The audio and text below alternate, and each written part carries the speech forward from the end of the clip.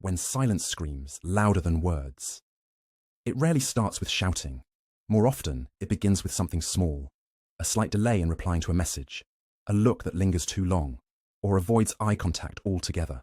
The kitchen is quieter than usual. The shoes by the door haven't moved. In the shared space between two people, the silence begins to echo. He sighs.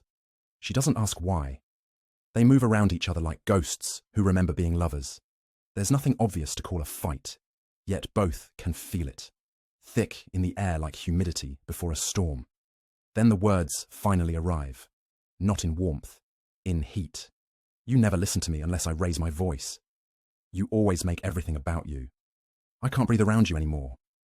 One sentence at a time. Something fragile begins to fracture. Ghosts of the past wearing present faces. Every relationship comes with invisible luggage.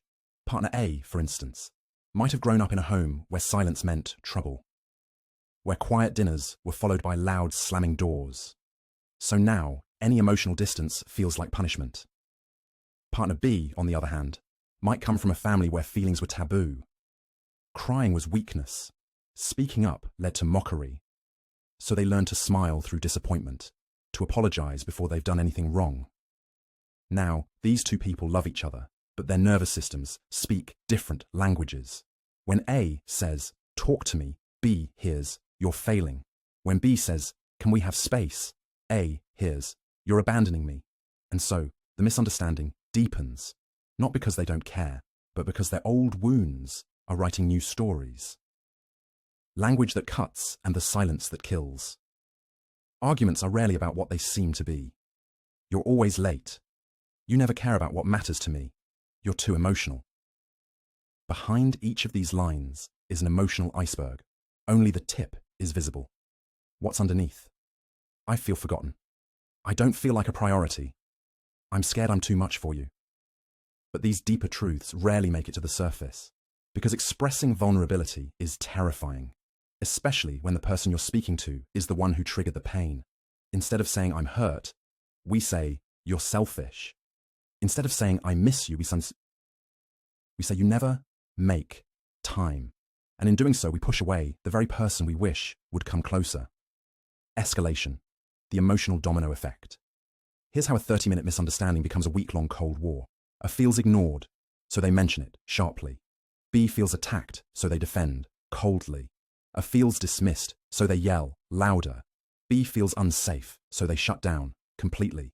And then silence. But it's not peaceful silence. It's the kind that carries heavy judgment, the kind that builds resentment with every hour. They stop asking about each other's day, stop touching in passing.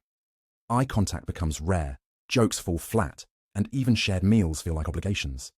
The war isn't declared, but it's being fought through avoidance, sarcasm, and withholding affection. Two people, one, fear, I'm not enough.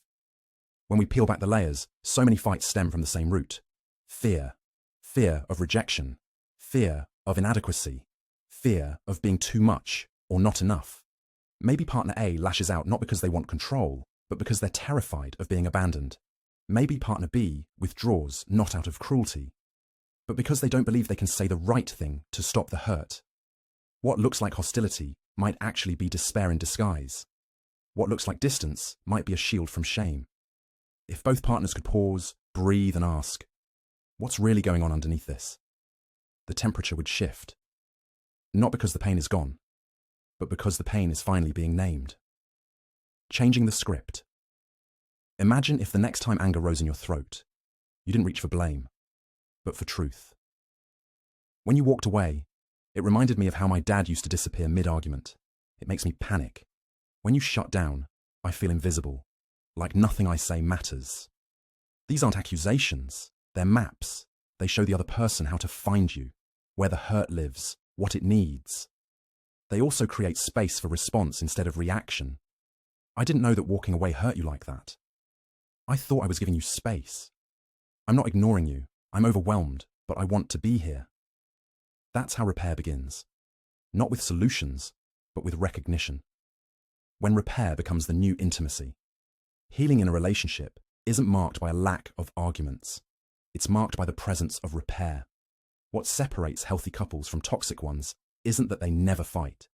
It's that they know how to find their way back, not through grand apologies or dramatic reconciliations, through small, consistent actions, like a quiet, "I'm sorry" muttered under morning breath, like choosing to hug even when you're still angry, like asking, "Do you want to talk about it?" instead of pretending nothing happened. These moments aren't flashy, but they stitch the fabric of love back together, one thread at a time. The art of turning toward relationship researcher John Gottman describes a simple truth. Couples who last aren't the ones who never stumble. They're the ones who turn toward each other again and again, even in hurt, even in confusion, even when it's easier to retreat. Turning toward looks like reaching for the hand when it shakes, asking, "What's beneath that anger?" Saying, "I see you trying, even when it's messy." It's a kind of bravery, not the dramatic movie-ending kind, but the quiet courage of choosing love in the middle of the storm. Love as a skill, not just a feeling. We grow up believing love is a spark, chemistry, that flutter in your stomach. But real love, the kind that survives winters and disappointments and difficult Tuesdays, is a skill. It's knowing how to communicate when you're tired. It's learning how to self-soothe instead of self-destruct. It's practicing honesty with compassion and vulnerability with boundaries. No one is born good at love. We practice. Sometimes poorly. Sometimes beautifully. And every time we try, we lay down a new brick on the road between you and me and us. The moment that changes everything. There comes a moment in most long-term relationships that feels like a fork in the road. One partner stands at the sink, dish in hand, their back turned. The other leans against the doorway, unsure whether to say something or walk away. It would be easy to avoid, to pretend things are fine, to hope the silence will smooth things over. But then, I miss when we used to laugh over nothing. I hate fighting with you.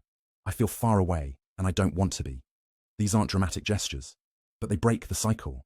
Not by fixing everything, but by melting the ice, by saying, "I'm still here. Do you want to come back?" What love actually means. Love is not a flawless bond. It's the daily willingness to witness each other, especially when it's hard. It's choosing to stay curious when you're confused, to stay open when you're hurting, to hold each other's pain without trying to fix it right away. It's knowing that the person across from you is not your enemy, but your mirror. They will trigger you, not to harm you, but to awaken the parts of you still healing. And if you both can hold that truth with tenderness, your relationship becomes not just a romance, but a form of growth, a sacred classroom, a place where wounds don't just fester, they transform. Final scene, real healing. Maybe they're back on the couch, 2 cups of tea now grown cold. The sun has shifted, golden and quiet through the window. They're not talking loudly anymore. They're not explaining, proving, or accusing. They're just sitting, breathing, holding hands.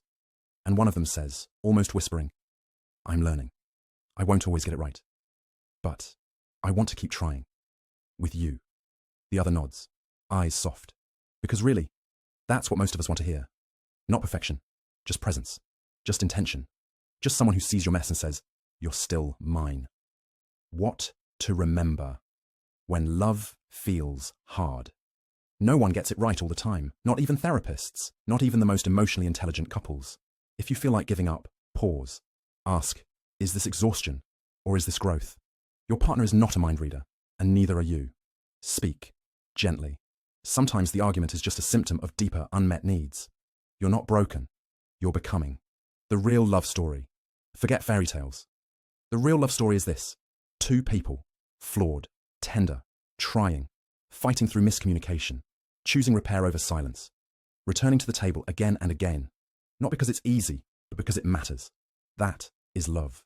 And it's written not in vows, but in every difficult Tuesday night conversation you choose to have with grace. Not in grand declarations, but in small, repeated acts of care. Not in being perfect, but in choosing to grow together. Every time